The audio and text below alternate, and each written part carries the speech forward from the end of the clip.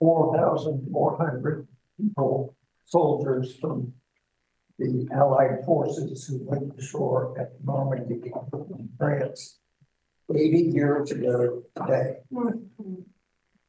And of those 4,400 members of the armed forces who died, 2,501 of those were Americans.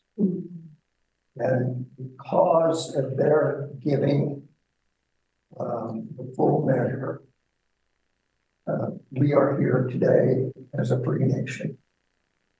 And I just wanted to say a few words to recognize those 4,400. Thank you.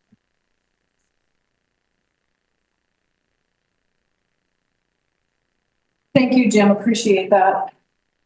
I appreciate your service. Thank you. Thank you. So the KAG mission statement is to serve as a trusted liaison between the community, the Environmental Protection Agency, and the Montana Department of Environmental Quality by becoming informed, sharing this information with the public, and engaging in the Superfund process to ensure the restoration of the former Smurfit stone mill site to a healthy ecological state for future generations.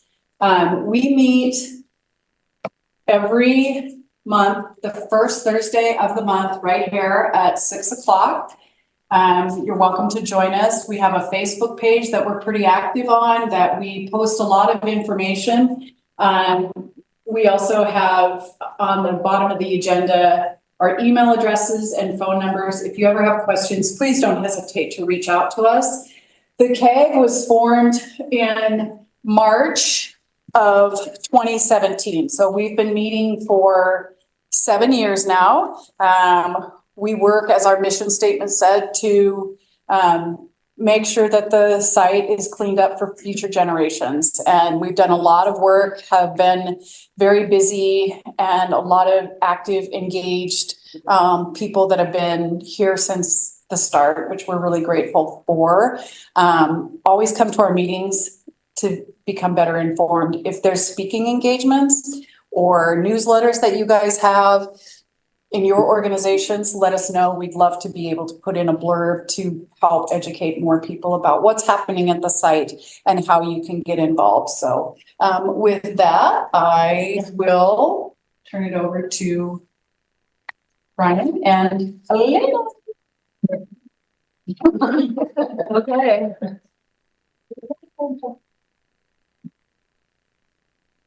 All right, so the first update that we're going to do is, well, what we're going to do here. Thanks everyone for coming to the open house. We're really excited to see some more faces, and we're excited to make this meeting more accessible or open to the public and really address the needs of folks. We have folks from Mineral County, we have folks we haven't seen before, and that's really exciting.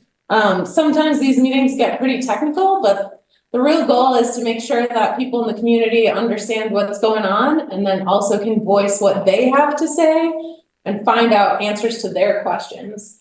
And so we have 4 things on the agenda right now, and it's an update from EPA, an update on our working group, and then we'll just do a round of introductions and discussion of what we learned or what we thought.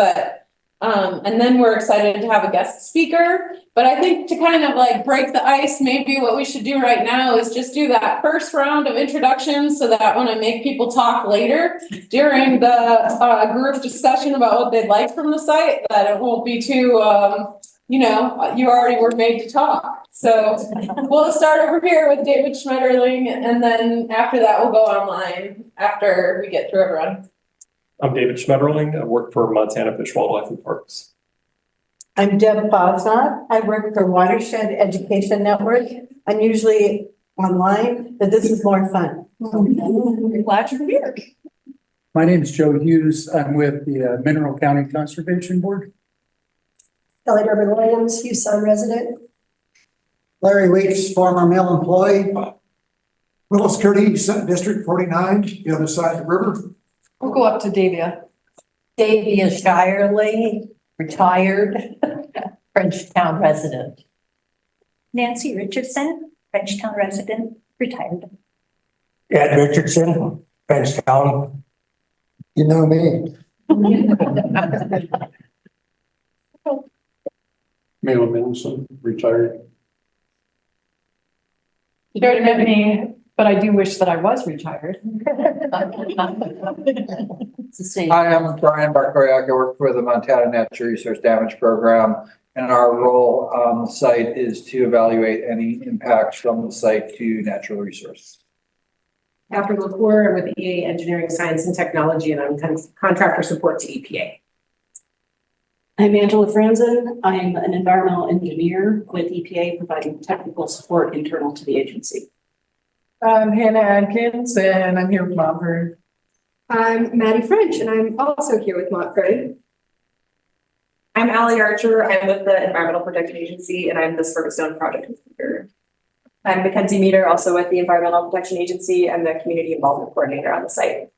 Hi, everyone. I'm Carolina Blue. I am the Montana Superfund Supervisor for EPA.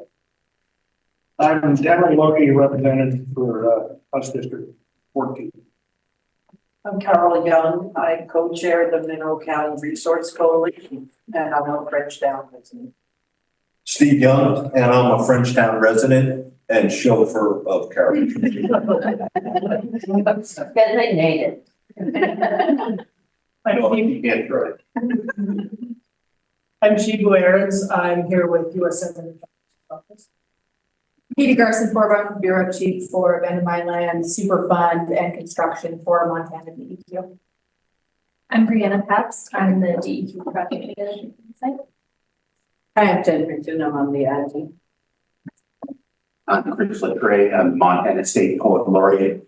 I'm enrolled with Little Shell Chippewa Tribe. And I'm here as a representative of the Red River Métis, members of whom founded this community in 1857. We'll move online quickly. This is why we're a group. We got you. I'm Lisa Ronald with American Rivers. Sam Carlson with the Lark Coalition. Patrick Flynn, retired. Dan Patrick, retired Frenchtown resident. Mike Hughes, I'm working with the Frenchtown Working Group, the technical group that's helping EPA understand the site and get ready for some remediation. And I am hoping to soon be retired. Great. Okay, now online, Dawn. Hi, everyone. My name's Dawn Nelson. I'm the toxicologist at the Department of Public Health and Human Services. Great. Hannah. Hi, I'm Hannah Dennis. I'm a scientist with EA, providing contractor support for EPA. Shannon. Hi, everybody. I'm Shannon Terry. I'm the Director of Environmental Health at the Health Department. Sydney. Hi, my name is Sydney and I work at GSI. Sydney, she works at GSI. That's they're the consultants, just like Newfields used to be. Okay.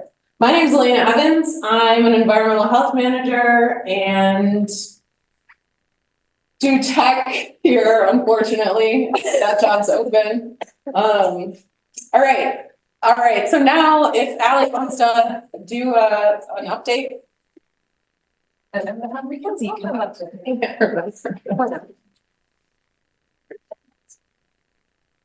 Thank you, Elena.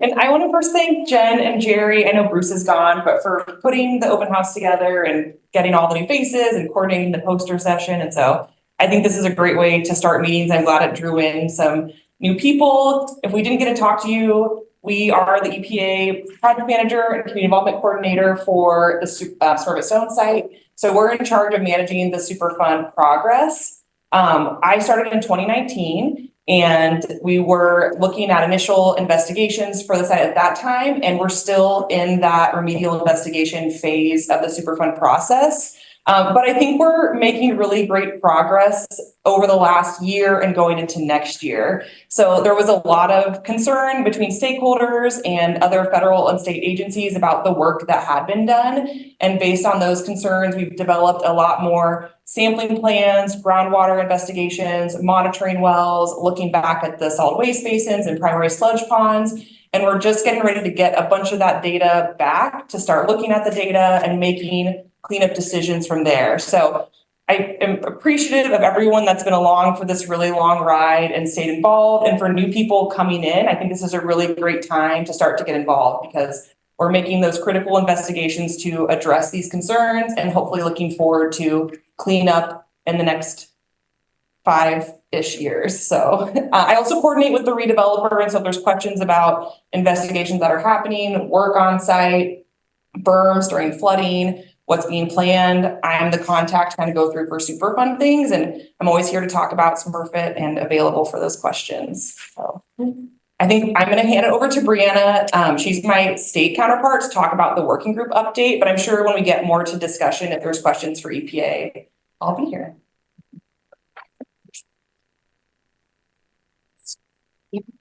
Sure. So I'm Brianna, I'm Allie's counterpart at the DEQ, and I offered to give the update from our Frenchtown working group meeting. So we have those on Thursdays before this meeting, and that's a smaller group of the technical team kind of going through the work plans, looking at the data, figuring out the next steps for the site. So we had a meeting just before this, and a few things that we talked about were the upcoming work for the summer. So we talked about Addendum 13, which we started this April and included soil sampling in a lot of the sludge ponds, the solid waste basins. So we're continuing that work and drilling in locations that we weren't able to access the last couple months. So they're going to go out and build some access roads. So we are able to get into those locations and get some boring samples. So we just discussed a little bit about how we might access those and toss around a few ideas to how we can get into the ponds and things like that. And then we also talked about an upcoming work plan. So this will be Addendum 12B, and that is a groundwater surface water interaction study. So that would be drilling a few wells along the river to see how the groundwater from the site could be interacting with the river. So I think that'll be some really good data, and we don't have a work plan yet. So we just kind of talked about what that could look like, had some good discussion about where it might make sense to put those wells in. And then we also just looked at how we are looking at some of the data, how we might use that data to move the site forward and push for additional sampling. So more to come on that once we do get those work plans and have those reviewed. But that's what we kind of chatted about today. Good job, Brianna.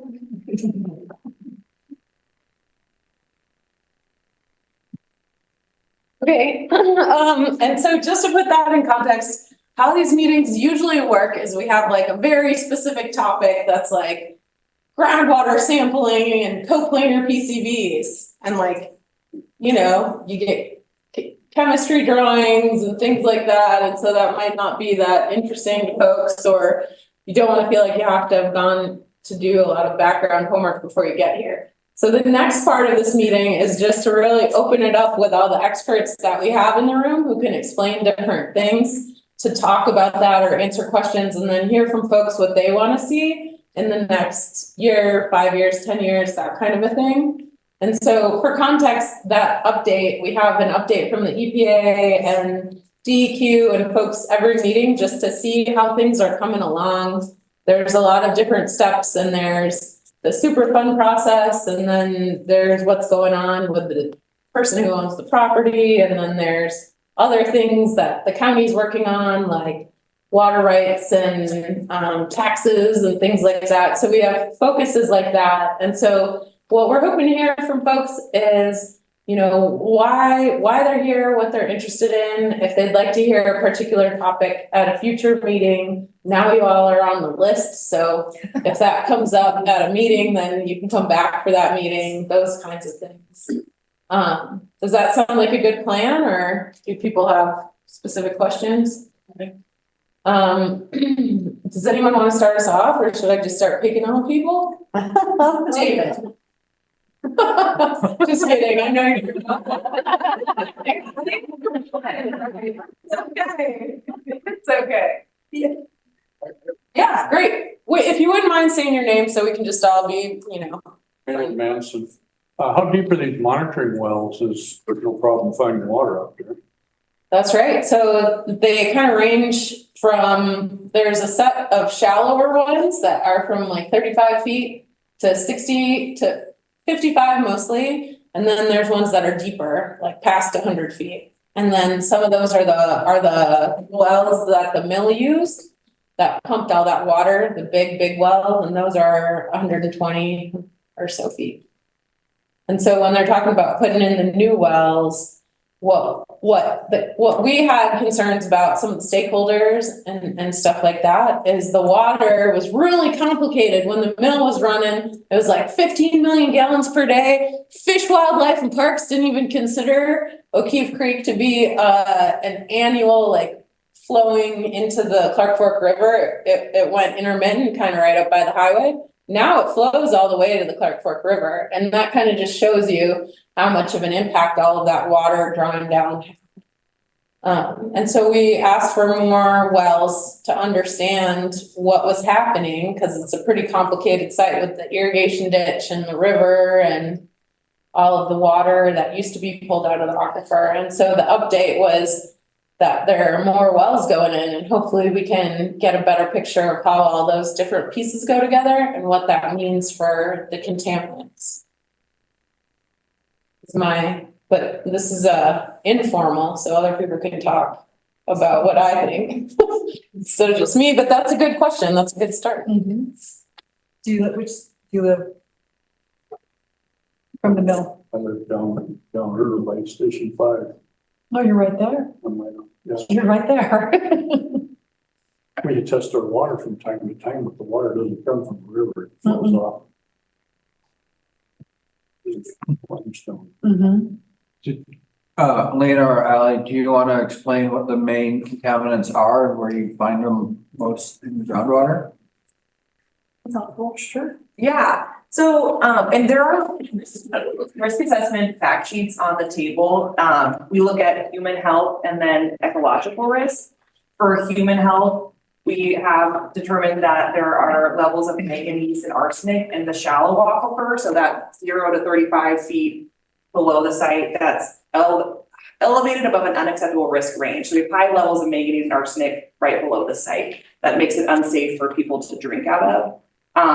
We also have contaminants called dioxin furans, and those are associated with the bleaching process and other industrial practices. And we have those in some of the primary sludge ponds, like primary sludge pond 17 received straight from the lime kiln, the multi-fuel oiler discharges straight to it. So it has elevated dioxin furans in the sludge in that pond. And then some of the groundwater wells on site also are elevated for that contaminant.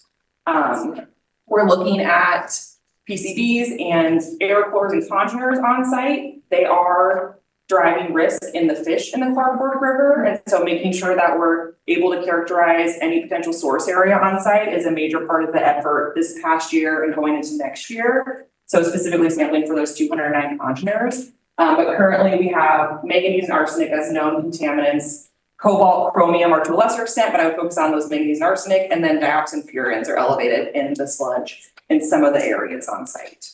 So We're going to put Dave on the spot next. Do you want to talk a little bit about the fish consumption advisory, the current one?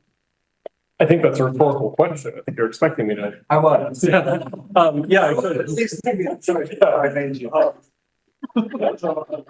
David Smetterling with Montana Fish, Wildlife and Parks.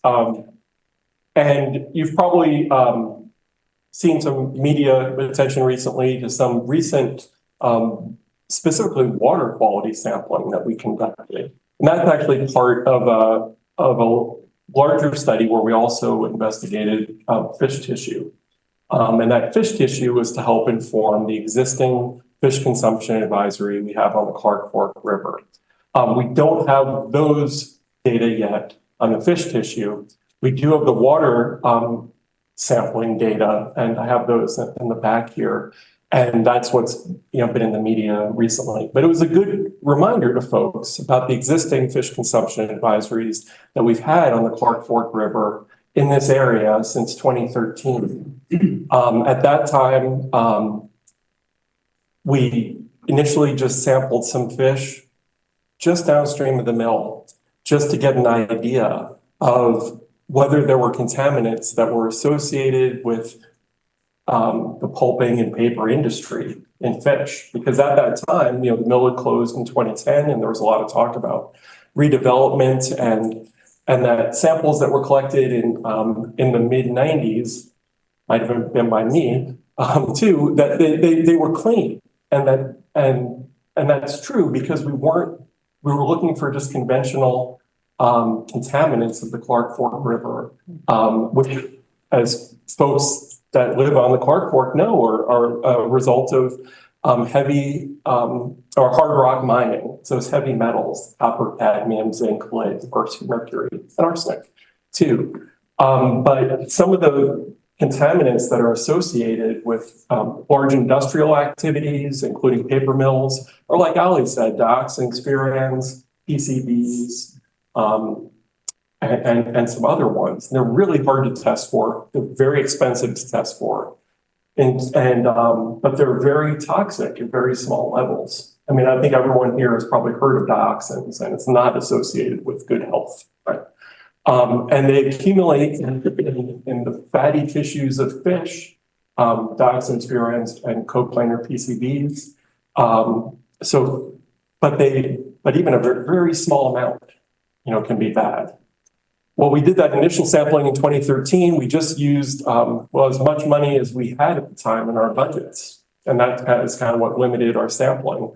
It was toward the end of a fiscal year, and we just spent everything that we could to inform some conversations about this site.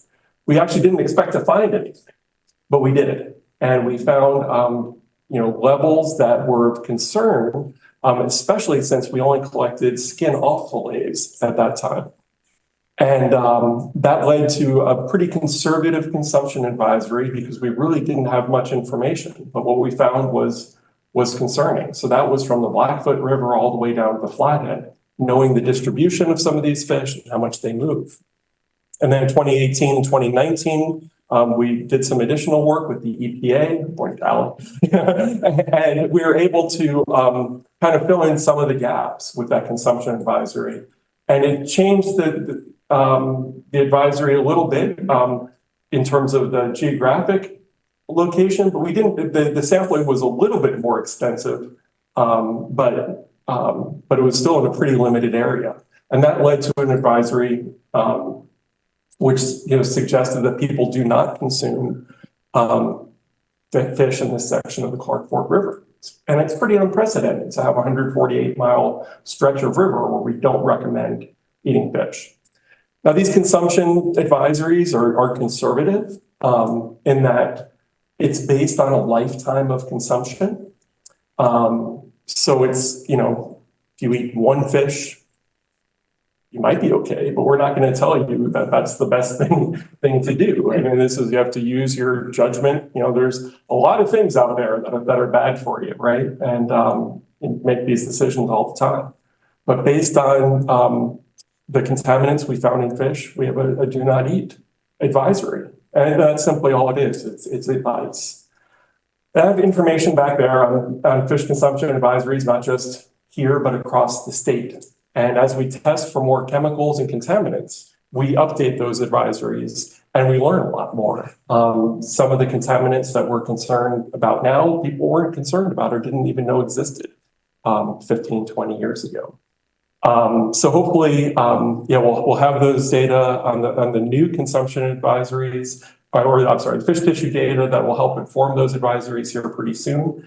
And that study that we just did was we sampled the whole Clark Fork River from Butte to Idaho and the major tributaries. It's a pretty coarse level screening, but we're hoping to really inform this consumption advisory. And that's the main objective from it, was just to see, once we start looking for these contaminants, like I said, that are hard to detect and expensive to sample for, what's really out there. So hopefully that'll be available soon, and we'll make that information public as soon as we know. Is I know that says Clarksburg or whatever, it's not on Lower Clarksburg. But does that also include Fish Creek and the St. Anthony? It doesn't include the tributaries, it's just the main stem. Well, fish spawn. Yeah, I mean, depending on where you catch a fish, yeah, that's the whole thing that's tricky about sampling. We were simply sampling fish in the river. They spend parts of their life, and I could spend a lot of time talking about the ecology of fish. And, well, heck, I will. It gets dark really late now. We can. So no, but you're exactly right. That's what makes it challenging about we sample fish in the river, but we know that they move around, and that's one of the reasons we used a different technique this year, where we use what are called passive samplers. And that's what we have displayed back here. It hasn't really been used in this part of the state before, but what they are is they're simply bags of fat, more or less, that stay in the river, and they're a surrogate for things like fish. So we can put them in one place, and the water flows through them, and they accumulate contaminants as a fish would, for example. So that's a way to get around fish movement. But you bring up a good point. I mean, you have to also kind of squint when you look at these fish consumption advisories. The other way can be true too. I mean, a lot of fish, if you were to sample some fish in the main stem river here, depending on, you probably hear we talk about eating young fish or small fish or things like that. But there might be some fish in the river here that have only been in the river for one day of their life. They might be 4 years old, but they spent those first 4 years in a tributary that's clean. So that fish might be fine to eat. And that's where it's like, we make these conservative advisories. Yeah. Any other? I have a question. Yeah. You mentioned 148 miles. What is the start point and the finish point of that 148 miles? And where is it safe to fish and consume the fish? Yeah, so the consumption advisory goes from the confluence with the Bitterroot River all the way to the Flathead. All the way where? To the Flathead River by Paradise. Yeah. So beyond the Flathead, from that confluence where it comes together. Yeah, the Flathead really dilutes what was that? Oh, sorry. The Flathead really dilutes the Clark Fork. But there are also individual consumption advisories on different species and different sizes that could occur in the reservoirs down there.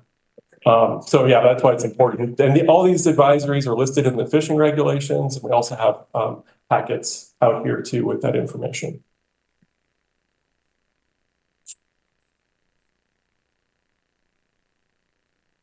Okay.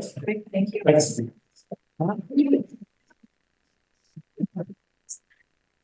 And I'm sure that's spurred lots of other questions. Denley. Yeah, any word on the outflow pipes for DNRC? Are they doing any work?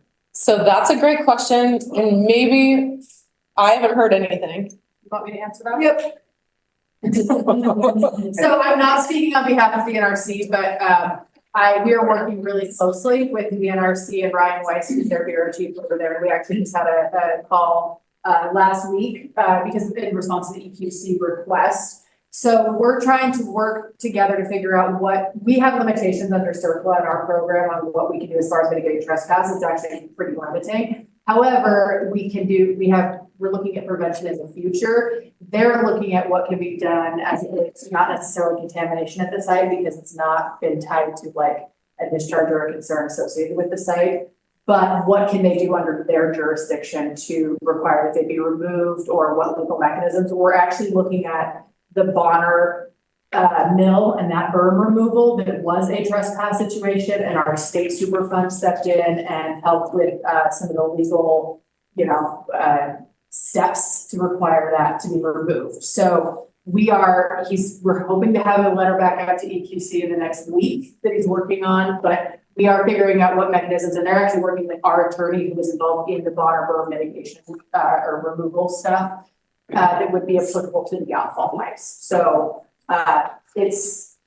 we're making progress. It's not a super clear cut way to deal with them because we have limitations under CERCLA. They're not really tied to contamination concerns at the site, but we recognize that it is a trespass concern, so we're trying to work with the two agencies to address that.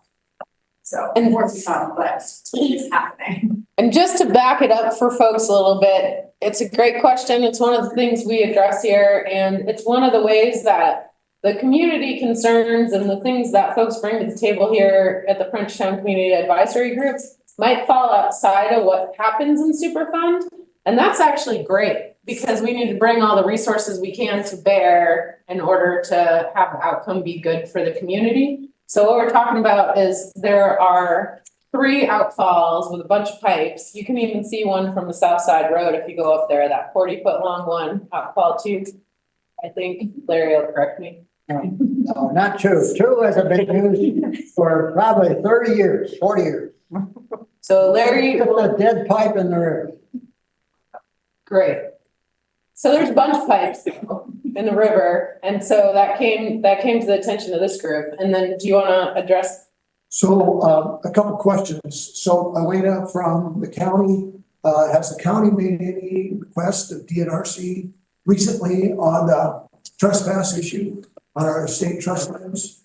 So we haven't, but we're happy to. We had the Department of Natural Resources come to our Board of County Commissioners meeting to talk about trespass on state lands. Because when Montana became a state, if you could take a boat and sell something off of it down a river, then it was a navigable river and it was state property underneath that. And so the Department of Natural Resources and Conservation is caring for that. And we actually brought that to the Representative Carlin, Logie, Curtis, everybody helped bring that, bring that forward to the legislature. And there's actually a study bill at the state legislature on Smurfit Stone, and that went in front of the Environmental Quality Council. So do you want to talk more about Our Environmental Quality Council will meet June 17th. For you who don't, I'm aware of the Environmental Quality Council. Between the legislative sessions, we have about 12 different interim committees that meet that provide oversight and study on state government. One of those is the Environmental Quality Council. We have oversight on fish, wildlife, and parks, Department of Natural Resources and Conservation, and Department of Environmental Quality. I happen to be the vice chair of EQC during this term. But I'm asking, Katie, I don't know if you've talked to your boss about this. Is he going to be at our meeting? He'll be over at MDT by that. But we plan on having somebody there in attendance, and I believe Ryan is also planning on being there for the NRC to speak to this, if this is something that you guys would like to have us. I mean, we need to address it because they are trespassing on our state trust lands. And I think the next step that Ryan, that we talked about was getting the county engaged to make that request, because if that comes, so that's kind of the next step, that he makes that request. Yeah, you might explain what went on at the today.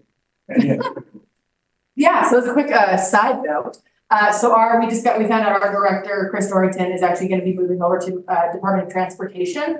Chris was with the department for like 9 years. He was fantastic as a director. They've already replaced him as our new director will be Sonia Nowakowski, who actually comes from air, energy, and mining within our department.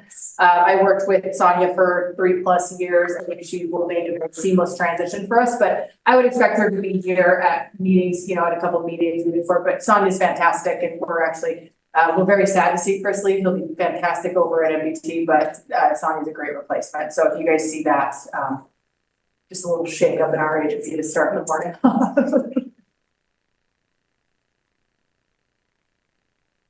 Yeah, Jen. Oh, yeah, go Jen. I'm sorry, I just have a question about the outfalls not being transmitters of Just because they were the outfalls, they were also the former flowways of the Clark Fork. Has that area been tested, sampled at all? Up, like just before the cement or the pipes?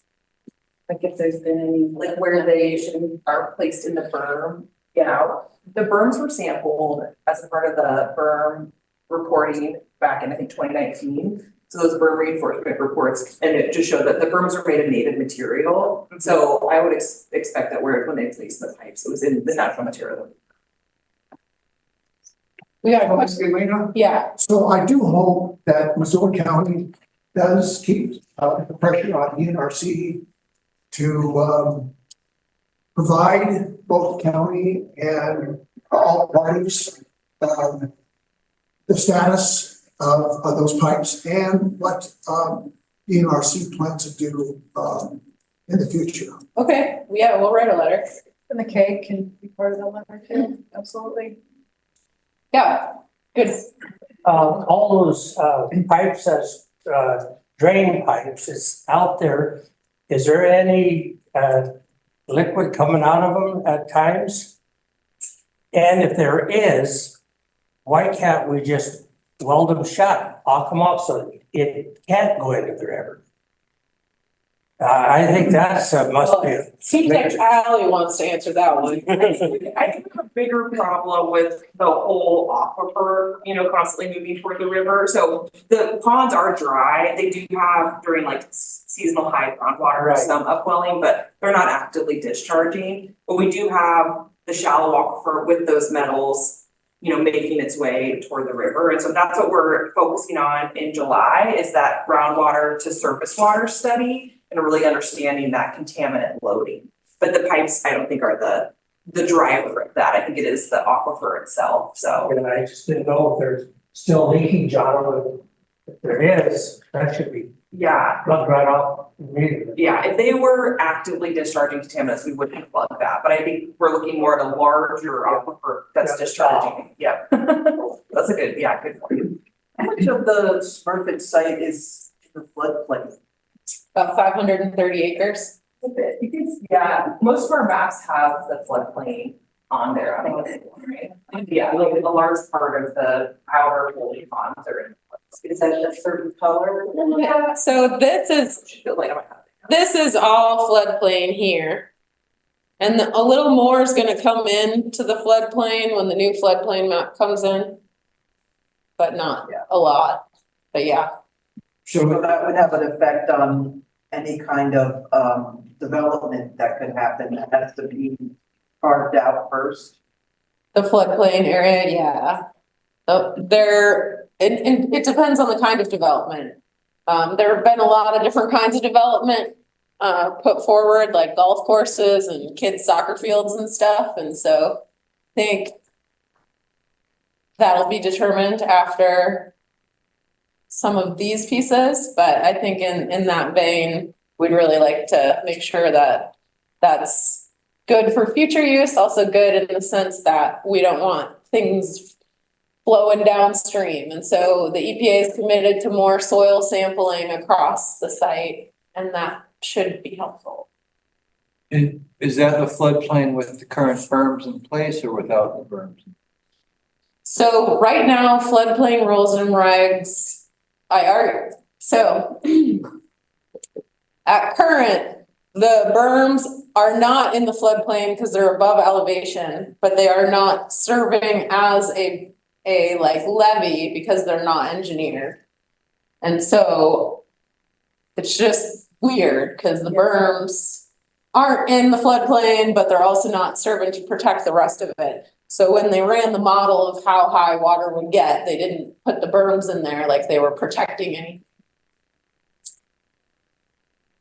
Sam. So I'm with the Clark Fork Coalition, and we, in combination with American Rivers and PU and some other partners, we've been working on outside of the formal Superfund process, we've been working on an assessment of what flooding might look like if that berm were to fail.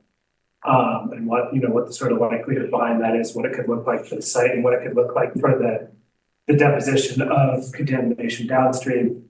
And just a heads up for the crowd, we're not quite done with that, but on the 18th of this month, we are gonna, we're gonna be talking about that in Alberton at the Alberton Community Center on the 18th. So I know EPA is interested in, I mean, everyone's interested in that topic. It's one potential mechanism for really catastrophic failure of the site. Are you using soil data from, We're not assessing the stability of the berm specifically. but like when you're talking about contaminant load, are you looking at the data that we've collected for contamination on site? I guess is my question.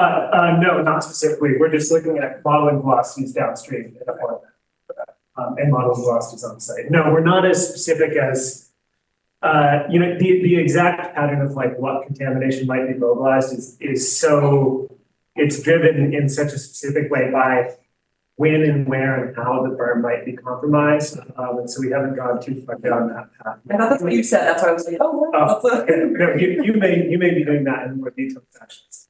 Yeah, we also are doing a climate vulnerability assessment, and we have received a first draft and just had initial internal comments about like nomenclature and kind of making it more in line with other, like how they call the site and different things. So we had preliminary comments, but once they revise it, it'll be a public document, and we're gonna have them come to a future meeting. I'm looking at Jerry. I'm not sure when maybe August. August, can you put us on your calendar? Well, so we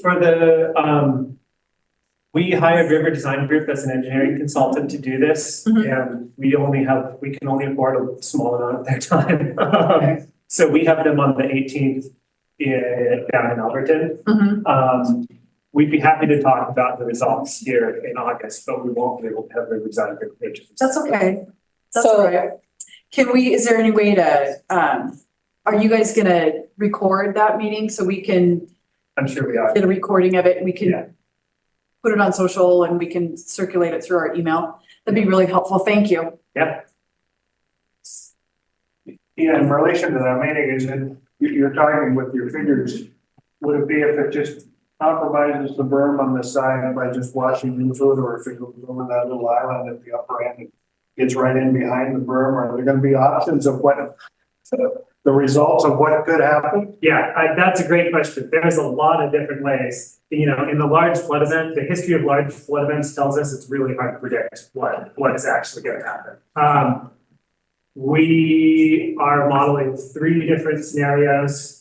There are thousands of possible scenarios. And, we're talking about the berm, the one that sort of divides the river from the site, but there are also smaller internal berms. Are they stable? What would happen to them in a large flooding event? So all I can really say is we're modeling 3 scenarios. There's any number of scenarios that could start. Yeah. Oh no, I agree. And in the future, it may be worth, like if we think about as we get toward a remedy, it may be worth thinking in more detail about how vulnerable different areas of the site are. We're moving toward that, but we're not all the way to that. But especially because we're being downstream. Yeah. And I'm going to jump in a little bit too, because that's definitely a part of the climate vulnerability assessment, is looking at when we're looking to remedy, are there vulnerable parts of the site, and like really factoring that into remedial decisions. And then I think and I don't know if we to the context to provide this, but the berms were investigated as a part of the remedial investigation process. And now we're working really hard with the stakeholders to continue some important investigations within the site to build that into the risk assessments and characterization.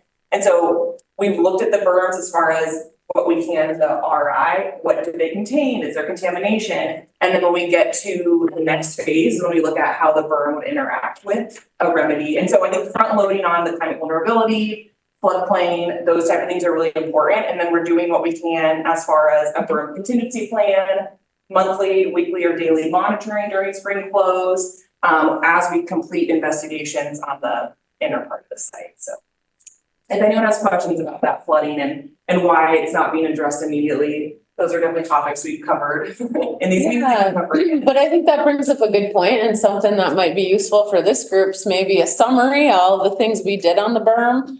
I know the Conservation District wrote a letter, the Missoula Conservation District wrote a letter talking about what they'd hope to see in the future, and that's that it's not riprap in perpetuity. And that ties into the Superfund process as an ARR, because that's a state law. So the state law is the EPA is supposed to take into consideration.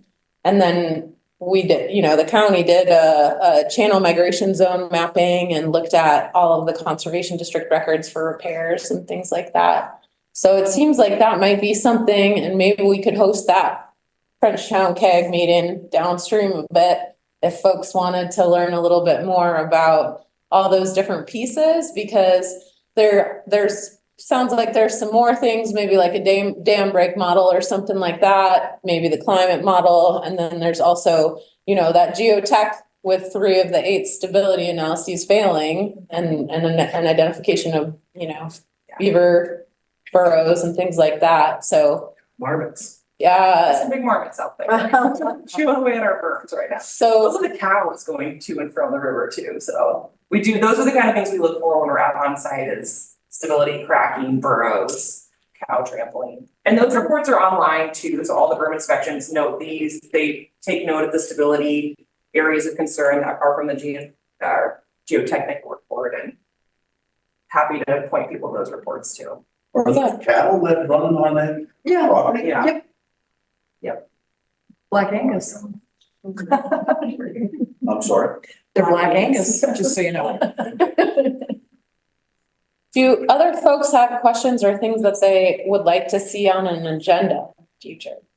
Yes, I'd like to see us talk about and have some resources on how do we as a community group inform, and I keep hearing remediation, but how do we include restoration so that we're not left with risk? Because even a residential is going to have a high risk of cancer exposures. So how do we as a community group start to say, hey, we want a full restoration, we want the site clean for future? Well, the start would be to define remediation Oh, versus see, that's restoration, which is Brian standing up to do. Yeah. Hi, I'm Brian with the Natural Resource Damage Program. So there's kind of 2 sides to Superfund. There's the side that we talk about the most, which is protection of public health. That's, do you have clean drinking water? Is there a risk from the site, from its current use? Is there a risk downstream? The second part of that, as Jen alluded to, is the restoration part. And that's trying to bring things back to baseline conditions, or the conditions that they were before any pollution happened. And so we've been working with fellow trustees, and we have a draft assessment plan. And what that does is it doesn't look at the current risk to the site. It looks at, are there injuries to trust resources from the site? So a resource could be groundwater. If you have a groundwater that you could use for drinking and pollution caused a risk to that, and you can't longer use that, that's an injury, and that's something that we can get compensation for. Same with fish. And this is an extreme example, if there was fishing downstream of the site and pollution wiped out all the fish populations and there's no more fishing, that's a lost resource, and that's something that we can get compensation for. So to answer Jen's question, that is something that we are pursuing. We plan on engaging the PRPs with, we sent them our assessment plan, and we got, I think, 8 pages of comments and 2 reports back from the assessment plan. But they do have a liability, and they have a liability under CERCLA to compensate for lost resources. And if there's other questions, I can try to explain it, but yeah, stay tuned. Yes. Is there a study on the groundwater in Frenchtown? Is it being affected? Do we know that? The drinking water? The site process water doesn't impact the Frenchtown public water supply. So it's limited to just beneath the site and any impacts toward the river. I'm a little weird here. It's not from. Yeah, no, This is not. Okay, well, we've got 8 minutes until we have like the next exciting finale. But what I'd like to see, because we have more folks here, is folks who are non-agency, so not Brian or I, or David or lots of people, if your agency. Anyway, those other folks, if we could just go around, and just talk about what you're interested to see at the site moving forward or what you'd like to learn more about. I'll start over there. So that site's an eyesore, right? And Yes. I just live here in the summer, so I don't buy much game here, but they need to knock that site down. I mean, because I think they're okay to do that. I don't know how we push that forward. And I would like to see a development plan on, if it's 5 years till they do it, what's gonna be there instead of, we're guessing right now. And I don't know if that's something that can happen until you find out exactly what's going on there. But that's why I think, listen, where I live, we do condos and retail below, perfect site for that. Riverview, you got all that. So. We'll invite the developer to a meeting soon. Yeah. I'm just basically, curious about the drinking water in Frenchtown, if it was contaminated. She just answered that for us. Mine's related to that. I wonder about future use of the water. So if it's not drinking water right now for Frenchtown, extrapolating future use, how well can we take care of that water so it's absolutely able to be a water resource for any future and permanent use, right? Yeah, I think we started some brainstorm discussions on that in the working group today. Now that we have a known problem, and that's the goal of the first phase of Superfund, is identify elevated contaminants. Then you start to look at how do we clean up or address this so that it can be put back into productive, beneficial use in the future. So the first step is hopefully this groundwater surface water study, but that's what we're hoping to answer is, we know we have elevated contaminants. How do we manage this long-term and make it beneficial again? So it's a great question. Let's keep coming across the front here and see what folks would like to. Most of my questions are pretty elementary, I guess. A few of them have been answered already. One thing I was kind of curious about was the trespass on state ground. Mm-hmm. Who's trespassing? The mill? Okay. Pipes in the river. Okay, that's one of them. So it's the low water mark from one bank to the other. That area below that low water mark is considered these state crest lands. It's like historic infrastructure that's trespassing. Okay.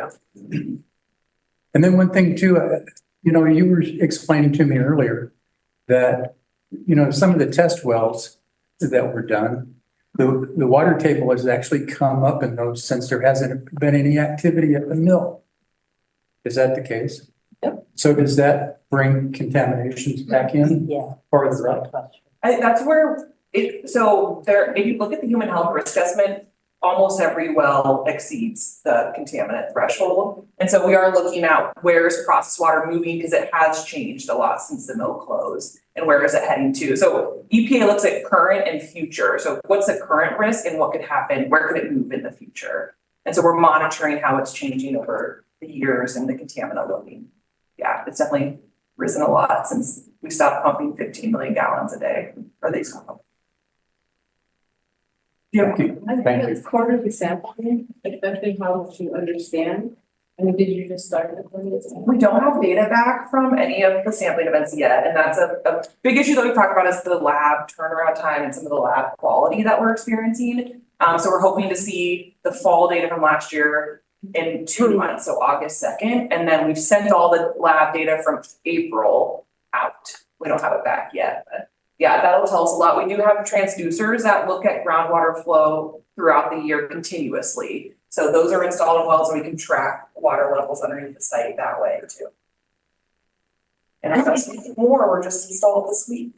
There was a delay in getting them to the site, but we have more transducers across the site now to better understand water levels. There's not currently a plan for the next sets of quarterly sampling at this juncture.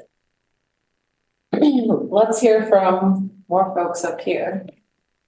How long has the whole process been going on? Depends on who you ask. I think so in 2015, EPA entered into an enforcement agreement with International Paper, West Rock, and M2 Green to begin investigating and cleaning up the site. So for me, that's when my job starts, is I come on site in 2015 to begin that investigation. EPA came out in 2012 and did a site assessment to propose the site to Superfund.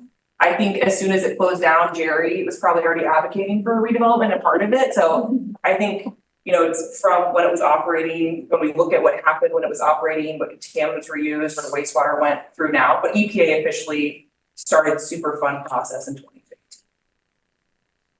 And the projection? So we're looking at, we have 2 more years of really looking at gathering information on site, especially with the fish consumption advisories having elevated PCBs and dioxin furans. We're going back to look more closely in some of the potential source areas. So long story short, projection is 2028 right now for a cleanup decision to start. But that, I would also say that doesn't keep anyone from knocking the buildings down. We are looking at managing hazardous waste. And so if a developer comes in and wants to knock buildings down, EPA would support that. So we're definitely pro getting some of those buildings down. It is an eyesore. It's an eyesore. So 2028 is the start, and then how long's the project? Just say it is 2020. Is it 2 years? Is it 3 years? It depends on what the remedy, what the cleanup action is. So it's like digging and hauling up dirt, or is it a long-term groundwater treatment system? So it will be dependent on what type of cleanup action is necessary. So from now to 2028, we're gonna sample and then look at different cleanup alternatives. Then there's the official public comment period where we say, this is what we're proposing to do. And that's the official public record where this group will weigh in on, do you agree or not with that remedy? And we take that into consideration to make a final decision. So it's a really important public process, and great that people are coming now to understand, so that when we propose a remedy, you can say, I don't like that remedy, or that sounds good. So that's a really crucial part of the public's role in the process. And I think it's important too, because if you look at what's happening up at the Columbia Falls Aluminum Company, the community came late to the party.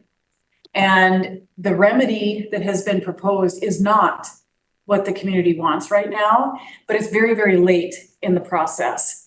And if you stay involved, and I know it's an arduous process and it takes years, and yes, it is very, very frustrating because it moves at the speed of a glacier. And it does. Come on, Jerry, it doesn't move that fast. Okay. Anyway, it's just really important to stay involved, because when it gets to that point of the deciding, it had been decided and then the community blew up and said, no, we don't like it. And it's really, then it becomes litigious, and then it's just gonna take more time. So it's so important to stay involved, and you don't have to come to any of your meetings, but please do stay involved and let others know that their voice is really, really important. It's your community. And we're gonna keep doing at least one of these each year, where we kind of just make it so that you can ask individual questions. But before we go on, did other folks from the public have some things? Well, I just want to say, I think everybody, the involvement part of it is so important to the community, but the time frame too, if that mill is sat there so long and nothing has happened, there's economic loss to the tax loss to the community, there's use of the land, there's loss of land for a developer to do something, but once the process now seems to really be in gear like it is, you don't want to just jump to the quickest solution, because you want this for the long term once you've started putting some other time and energy into it. So I think people have to keep in mind, yeah, it moves at that slow pace, but if you do it right at the end of that slow pace rather than jump ahead, and then you got to come back later because you didn't do it right. So I think, you know, people just have to relax with that time frame. Yes. Is the owner of the mill, are they cooperating pretty good, or are they just being kind of rotten? Well, I'm gonna let Jerry answer that on behalf of the CAG, not the county. Who is the owner of it currently? Is it Core 10 yet, or is it, was it? There is a redeveloper who's taken access to parts of it, MLH Montana. He doesn't own all of it. M2 Green bought portions of it and they're still kind of defunct in different parts of it. And then EPA works with International Paper and WestRock, who were former operators and owners, to complete the investigation and the cleanup. So it's a complicated site for a lot of reasons, and ownership is part of it, but the former operators signed an agreement with EPA to investigate and clean up the site. Then there's a redeveloper who also was involved. Yeah, I think. Go ahead, you're doing great. Yeah, I don't know how to answer the cooperation part. I don't think he really has an active role currently because he's waiting for us to get through the cleanup. But the companies are willing to let you go on site or do what you need to do. We have given us access to everything. I think they definitely don't make it easy on requesting sampling. And so we do have our work cut out for us working with them to enforce investigations. But I think we have a strong technical working group to define those arguments and trigger those companies. So yeah. Across Superfund, I don't really have any complaints. It's very on par with normal company agency cleanup, the normal contentious kind of arena. Larry. Just a comment about arsenic and manganese. The mill never used those elements in the process. So they have to be naturally occurring hotspots that are out there in the ponding system. And apparently the wastewater has altered those elements, which they become more of a concern. But anyway, I just wanted to mention that we never used arsenic or manganese in the process. Okay. Did the back tape, did our chauffeur have questions or anyone else before we? My reason for coming to this meeting was just information gathering. Because I've only been a resident here of Missoula County for 3 years. So I see the site from my residence. I'm concerned with the unsightly view of the buildings that are torn down, but not torn down. So, and I'm afraid for my health, for my grandchildren. Is there anything that's gonna hurt them in the future? Those are my concerns as a resident of Frenchtown. Yeah. Do you mean if your grandchildren were to habitate, have access to that or currently? Well, just in our environment, is there anything that's going to hurt any of us as residents of Frenchtown? That is because you're always talking EPA, DEQ. Yeah. These are scary things to non-involved people. Yeah. So when you hear these terms and you hear all your information that you're giving out to us, yeah, as a layman, I have no idea. Am I being hurt here, living here? Yeah, and we talked about remediation and restoration. We also have a removal program. And I'll just say, if there wasn't a threat to human health, EPA takes immediate action. And so Frenchtown residents are not at threat to their health. And I wouldn't think that we were. Yeah, but it's scary looking at a lot of contaminant talk, right? Definitely in groundwater. Yeah, but throw about these chemicals in the. No, I think that's the exact kind of concern we want to help address or alleviate as you go about your daily life. This site isn't a threat to you as it stands right now. And we want to ensure that into the future, which is why we're looking at where is groundwater moving. If it's going to be redeveloped, is it protected for that redevelopment? Would be full right now. So, yeah. How does it affect our property values? And so these are all key topics. So we have this recorded. We're going to do another open house. We've identified a couple topics that folks want to hear more about, so we'll put together. And this is where, we hope we'll see you all back, or you'll come to those meetings, so you're on the list. Can I add one thing? Caroline just reminded me too, because Dawn's on, but the Department of Human Health Services does a public health assessment for the site too. And so she is a great contact anytime you have questions about your health. Do you guys have trailers on this property or offices within these buildings that there exist? Are people leasing offices there, but I'm in Helen. So that's where I work. Oh, yeah. Or is there anybody on the site from? There is someone who, like a caretaker of the site for access control, because we don't want people accessing the site while we're doing the investigation, and then they're leasing to Grizz Disposal and a fiber optic company on the site. No, Grizzly's gone. Anyway, so I wouldn't be doing my job appropriately as a facilitator if I didn't end this part, so we could take advantage of the next part. But this is what we do here, and that's why we want you to come back. Jen? Just one sec, sorry. So we will not have, July 4th would normally be our meeting. We're not gonna have a meeting then. But Frenchtown Days is July 13th at King Ranch. There's a number of different booths that'll be set up. We will be there, so come and talk to us. It's all day at King Ranch. So if you want more info, Elena will be there, I'll be there. Just come and say hi. Okay, and now Jen Harrington's gonna introduce the next part. Well,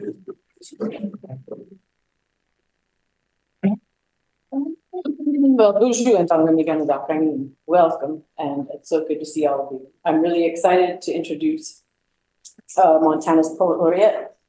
He is familiar with Frenchtown area. He grew up here. He is an incredible source of inspiration for me. I have gotten to know him a little bit over the last few months as he's at his speaking events, and he distills things in a way that are accessible, sometimes challenging, but always come from the heart, and I really appreciate that about him. So I want to welcome Chris Latray to move over from me.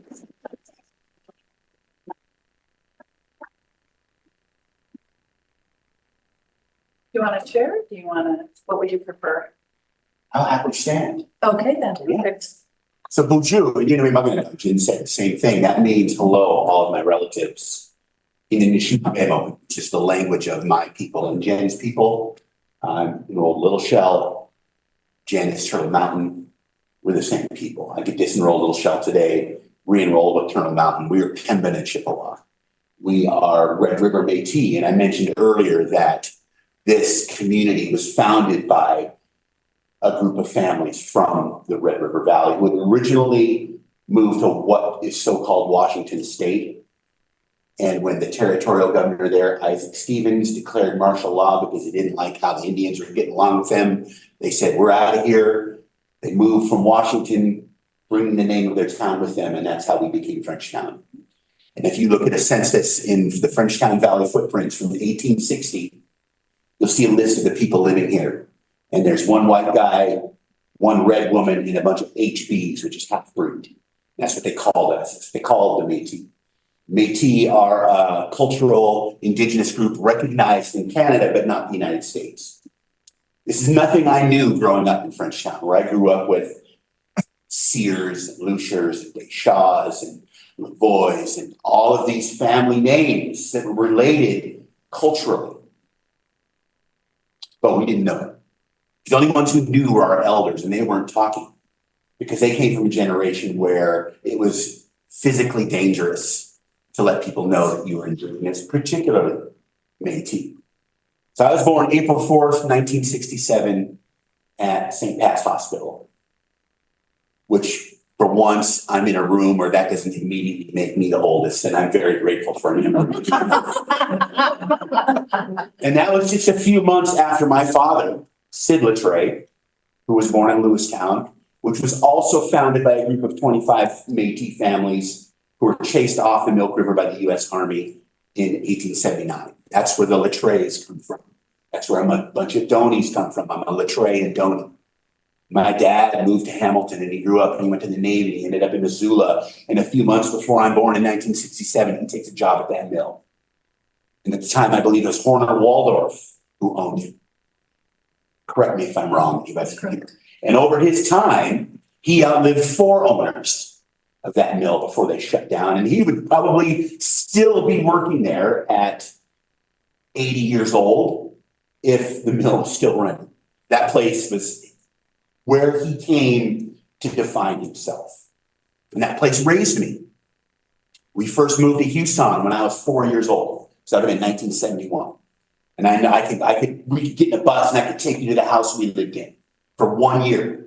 And then we moved to the house. If you go out to the high school, which I was telling some people earlier that my graduating class of 1985 was the second class to go all 4 years at that, what I still refer to as the new high school, even though it's 40, however many years old now. And the house, it's in the field, surrounded by the big trees right out kind of by the high school. We lived there for a number of years. And that was nobody else. If you drive up Roman Creek and up into Sorrel Springs, when we first moved there was one house up Sorrel Springs. And kind of the fields where the football field is and stuff behind the high school, every summer the water would raise and there'd be a nice little pond there. And we would go and we would get tadpoles and put them in aquariums and watch them turn into frogs.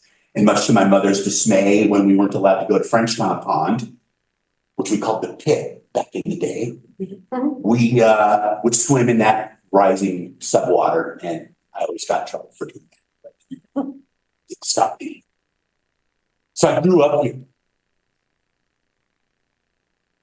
Getting here, I drove by the house I went to kindergarten, right on the corner where the road used to go and make a hard right and then continue down Mullen Road.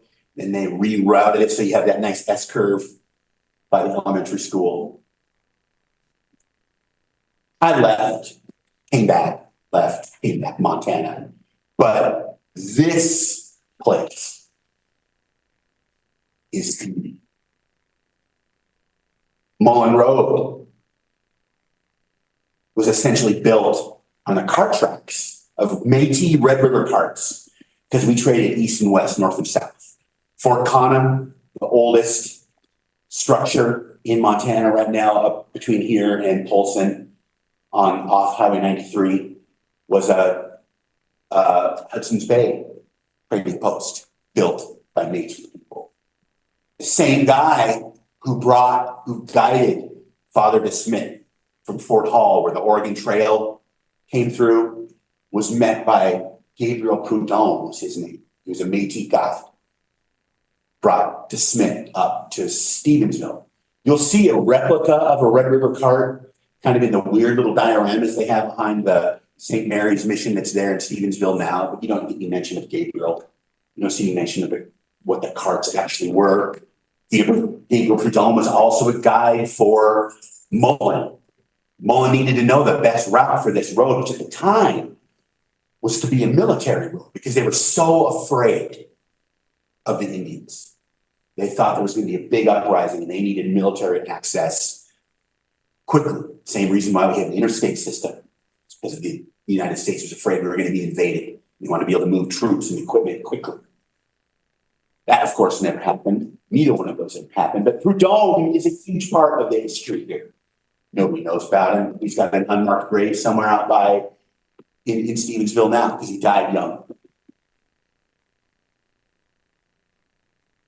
And I bring all this up just to establish that this area has been important for a long time.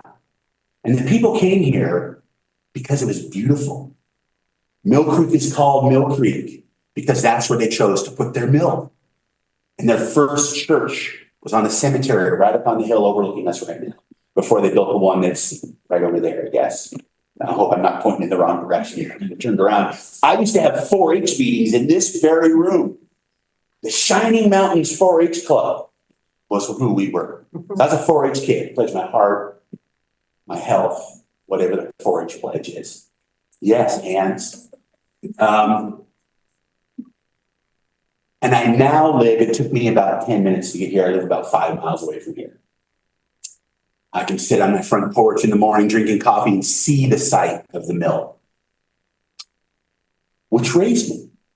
And I've had mixed feelings about it my entire life because of the industrial violence that it has inflicted on the land from the moment it was first built. And I don't know how many of you folks who are here now, who are even Frenchtown residents, maybe some of you remember back what it was like in the 70s when the whole valley smelled that sulfury stench that the mill produced. And I can smell it. I used to have these little action figures of like Tarzan and Captain America and Batman when I was a kid. And inside them, their limbs, their legs, and their arms were held together with little pieces of elastic. And every now and then they would break. They would break. And my dad would take them to work with him and fix them. And I have a book coming out about all this. It's called Becoming Little Chunk. It's about who we are as a little chunk. I'm doing two things that my dad would be absolutely over himself for me talking about. One, admitting that we are Indians, because he denied it his whole life for all the reasons I gave, and I have taken it with pride. And number two, speaking ill of the mill. The last couple of years of his life, it broke his heart to see the way that thing was being dismantled. And he would tell me regularly, that could be used for something. That's not a bad place. But for the land around us, it's always been a bad place. And if you were here, you could smell what was going on. Bad smells. It's not like the home cooking after you had a bunch of Mexican food.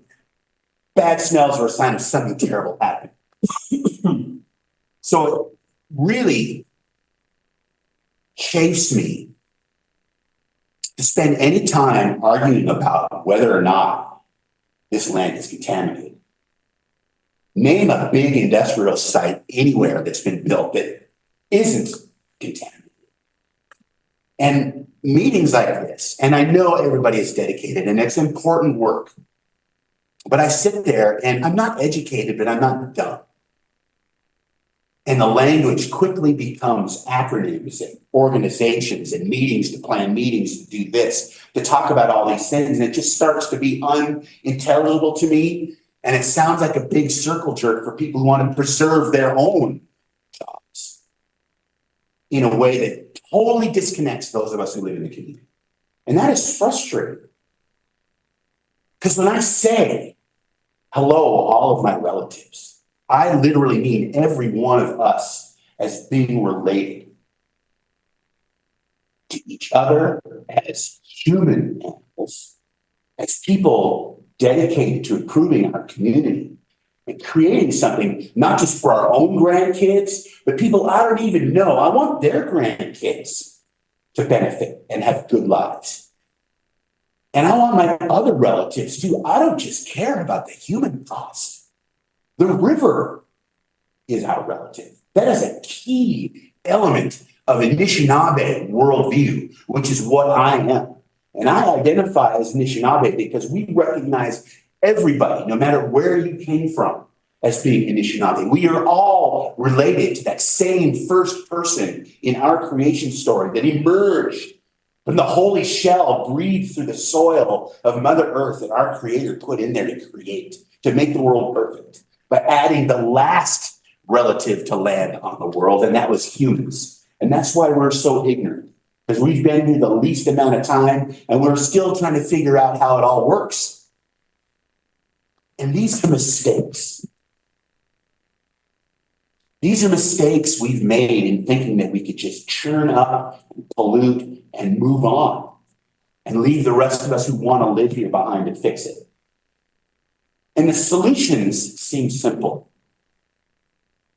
Like if it was my decision, if all of a sudden I was in charge of everything, I would nationalize that site. I would clean it all up because we have the resources. If we can drop everything and throw $4 billion to go destroy someone else's country at the drop of a hat, we can do the same thing on our own communities, fix our own communities and take care of our own ancestors that are going to come after us. Nationalize it, clean it up, restore it to what it used to be, and give it back to the frickin' tribe. Let the CSKT move forward with it because it's theirs. We talk about the laws. When the United States decided that they were going to start forming treaties, they said the treaty is the highest law of the land. It's in the Constitution. Yet this discussion is just a constant trampling of what that treaty of 1855, it was negotiated by the same Isaac Stevens who drove the people who founded Frenchtown back here in the first place. So all of these things that we overlook when it has to do with Indigenous people, not just I don't even want to say ownership because we don't view the land as something we own. I don't care who supposedly owns it. It's a mess that needs cleaned up. And if they're not going to do it, then they should be just shoved aside for somebody else who can. And it's difficult because it's the world that we have versus the world that we would like to see. That's the constant battle. I want to live in the world that I would like to see. And we are a long, long way away from it. And we make it so complicated when we all have the same concerns. We're like 3 minutes removed from the people who first saw this place flushed out by Lake Missoula and said, this might be a pretty nice place to live. As living organisms, we are hardly different from those folks. And after that event of Lake Missoula blasting its way to the Pacific Ocean, I think the second most important thing to shape this valley was that Hellgate Treaty, signed in 1855, just a few miles east of us off Mullen Road in Council Grove. Because that treaty and what it did to what ultimately became in this valley is something that reverberates in all of our lives who live here every single day. We are either enjoying or suffering the ramifications of that. And yet we all have to live together. That is what like my mission is as an uneducated trash can Indian, is to figure out ways to reconcile or at least accept the fact how we got to be where we are now, and then figure out a good way to move forward that benefits everybody, not just the people that we funnel all of our money and all of our effort to, that tiny little band who their like most important task is to keep us fighting with each other. I don't want to fight with any of you. I bet you we all have way, way more in common than we don't. Even those of us looking at slant-eyed at each other across the room because our agencies butt heads or this person or that, our similarities are so much more prevalent and important than our differences. And I think we forget that sometimes. And I don't know if I get invited to do stuff and I say, yeah, I'll do that. And then I show up and I decide, okay, what am I going to do here? I've never been to one of these meetings, but I care about this place. I'm probably going to live here the rest of my life. It's still in me. I'm sure there's stuff in me that my body would prefer is not in me because of that mill. You know, my dad worked there and when the mill shut down and he had to retire, he was so ill from various health issues. Did any of that happen from the mill? Well, who knows? Probably. I bet you if there was a study done to determine people who scattered after the mill and the health impacts of working there for such a long time, I'm sure there's a relationship there. But he had no kind of life after he left the mill. And I don't think that's a coincidence either. I want everybody to have a good life. I want everybody on this freaking planet to have a good life. And there's an Anishinaabe word for a lot of the things that get in the way for us to have that. And that Anishinaabe word is bullshit. We shovel through a lot of bullshit that just seems unnecessary. And most of us are rational people. And if we step outside of our calendars and our Zoom meetings and our bureaucracies and all this, and we look around at each other, it's like, what are we doing to ourselves here? Why can't we change these folks that are in charge and get people in there that have our health as a top priority? And that is all I have to say, is to ask everybody to consider, as most indigenous tribes have some version of this, it's the 7 generations. What are our acts going to do 7 generations beyond us? And there's another way to look at that I recently heard that I like, I think, even more than that. It's still 7 generations, but we are in the middle generation. And we think 3 before us and 3 after us. And I like that view because we can see those people. We can look at the decisions made 3 generations ago and decide which ones are worth keeping and which ones we need to change. And we can see our great-great-grandchildren. In Anishinaabe, the same word that we use for great-great-grandparents is the same word we use for great-great-grandchildren because we see each other. And I like that worldview. I like taking what we did well and doing more of it and then for the future, doing less of the crap that we shouldn't have done in the first place. So please consider that. And I am very grateful, Jen, for asking me to be here. I hope this wasn't a waste of your time. It's not the first time me and the two white guys leave early. But that's another. Be glad. Thank you.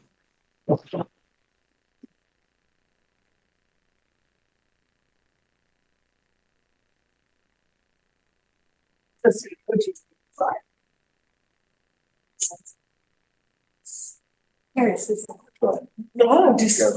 You know, thank you, Chris. Your perspective is appreciated and thank you so much for sharing.